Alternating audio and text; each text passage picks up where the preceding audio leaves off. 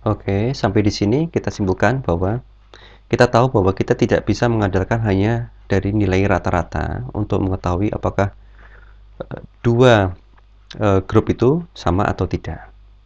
Kemudian dari sini kita juga sudah tahu apa itu standar deviasi, gunanya apa, yaitu untuk mengetahui seberapa menyebar data itu. Ya. Nah, kemudian kita juga bisa menghitung standar deviasi di sini. Nah, selanjutnya adalah ya, kita kembali ke hasil studi kita. Ya, anggap saja misalnya studi kita adalah studi nomor 1, studi pertama. Dan kita memiliki nilai rata-rata 55 untuk grup laki-laki dan 70 untuk grup perempuan. Seperti tadi. Sekarang kita ingin menghitung apakah secara statistik kedua grup ini secara signifikan berbeda atau sama. Nah, untuk itu kita menggunakan t-test ya. Jadi t-test. Di t-test ini kita memiliki ya, kita sudah memiliki untuk kedua rata-rata tadi, dan kemudian kita juga memiliki hipotesa ya, di mana hipotesa 0 atau null hipotesis mengatakan bahwa kedua grup itu sama, atau bisa dikatakan dari rata-rata bahwa rata-rata 1 untuk populasi 1 itu sama dengan rata-rata dari populasi 2 ya. Dimaksud dengan sama itu sebetulnya rata-rata ini tidak signifikan ya, membedakan antara kedua grup.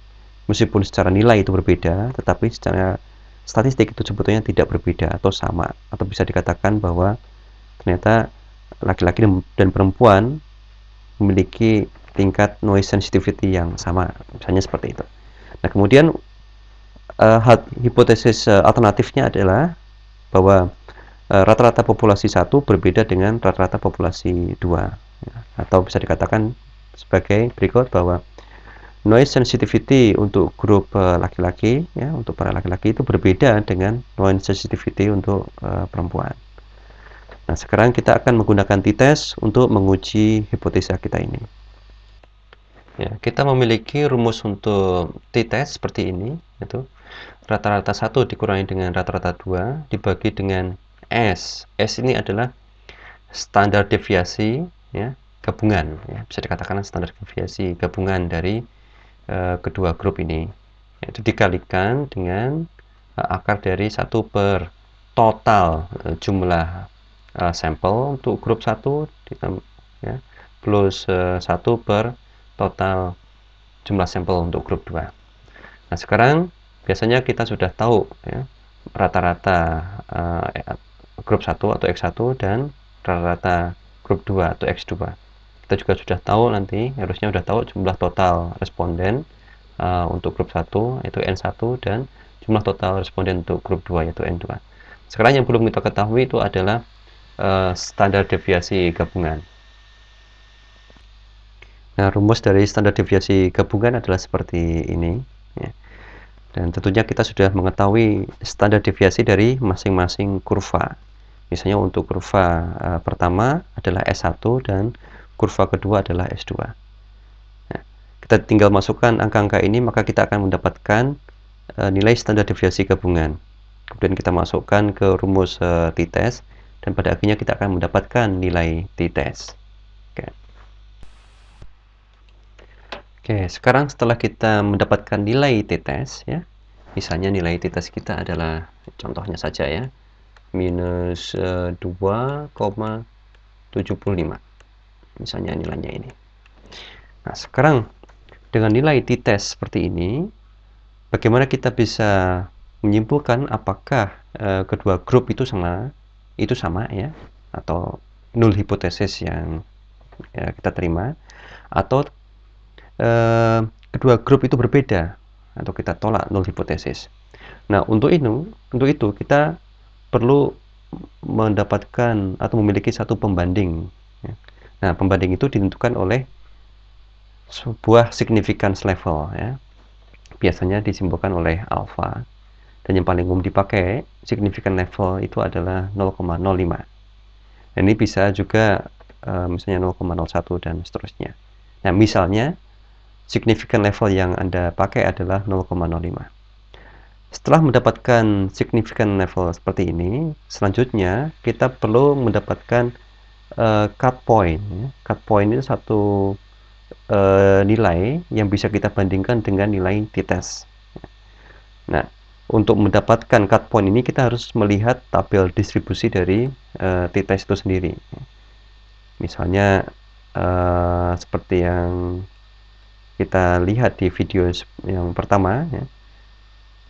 Tabel distribusi untuk chi-square adalah bentuknya seperti ini. Nah, untuk t-test, karena t-test itu mirip dengan distribusi normal, maka distribusinya bentuknya akan seperti ini. Nah, misalnya seperti ini. Nah, ini perlu dilihat. Nah, cuma biasanya dalam soal-soal nilai cut point ini sudah ditentukan, sudah diberitahu. Nah, hanya jika tidak, maka Anda harus mencari atau melihat sendiri di tabel distribusi untuk t-test. Nah, misalnya untuk alpha sama dengan 0,05 atau significant level 0,05, maka cut point-nya adalah plus minus 1,96. Ya, ini apa artinya? Nah, jika ini kita gambar ke dalam kurva, akan seperti ini. Ya, saya ganti warna. Jadi misalnya kurva distribusi t-testnya adalah seperti ini, ya. Dan plus minus 1,6 itu artinya adalah ini misalnya ini 1,96 tadi ya, ini 1, ini minus 1, ini 1, ini minus 1, dan ini adalah misalnya ini adalah 2, dan ini adalah minus 2, maka yang dimaksud dengan 1,96 ya, kira-kira ada sebelah sini. Ya, ini belum sampai 2. Nah, plus minus 1,96. Jadi kita harus membandingkan nilai t-test ini dengan range cut point untuk t-test dengan alpha 0,05 ya. Oke, jadi ini adalah contoh dari tabel kurva distribusi t-test dan posisi dari cut point ya, plus minus 1,96. Nah, untuk sampel yang kita dapatkan, katakan kita memiliki kurva distribusi yang berbeda sedemikian rupa sehingga nilai dari t-testnya itu adalah minus 2,75 ya, misalnya distribusinya kita seperti ini dan nilainya adalah minus 2,75. Nah, sekarang kita akan bandingkan ya, dengan kurva distribusi t-test yang normal ya. Nul, ini adalah untuk null hipotesis ya. Jika null hipotesis berlaku, maka kurvanya seperti ini. Nah, kita lihat jika nilai t-test ini ada di antara cut point, yaitu di antara minus 1,96 hingga plus 1,96 ya. Jika ini ada di dalamnya ya, saya ganti warnanya. Jika ini ada di dalam sini, maka kita terima hipotesis 0 ya. Ini adalah untuk hipotesis 0 karena kurva ini adalah kurva untuk hipotesis 0. Jadi jika t-test ini ada di dalam sini, maka hipotesis 0 akan diterima. Tetapi ternyata kita lihat bahwa t-testnya adalah minus 2,75 atau sekitar ada di sini. Ya. Tepatnya dia ada di sini. Maka karena ini yang terjadi adalah kita tolak hipotesis 0. Jadi kurva kita yang kita dapatkan tidak sama dengan kurva hipotesis 0. Artinya kita tolak hipotesis 0. Ya. Jadi ini saya simpulkan ya. H0 diterima. Ya, kita terima H0, kita accept H0 jika nilai t-test ada di dalam cut point ya, di antara dua cut point ini. Demikian juga sebaliknya. H0 ditolak jika t-test ada di luar cut point. Seperti contoh t-test kita di sini kita tolak.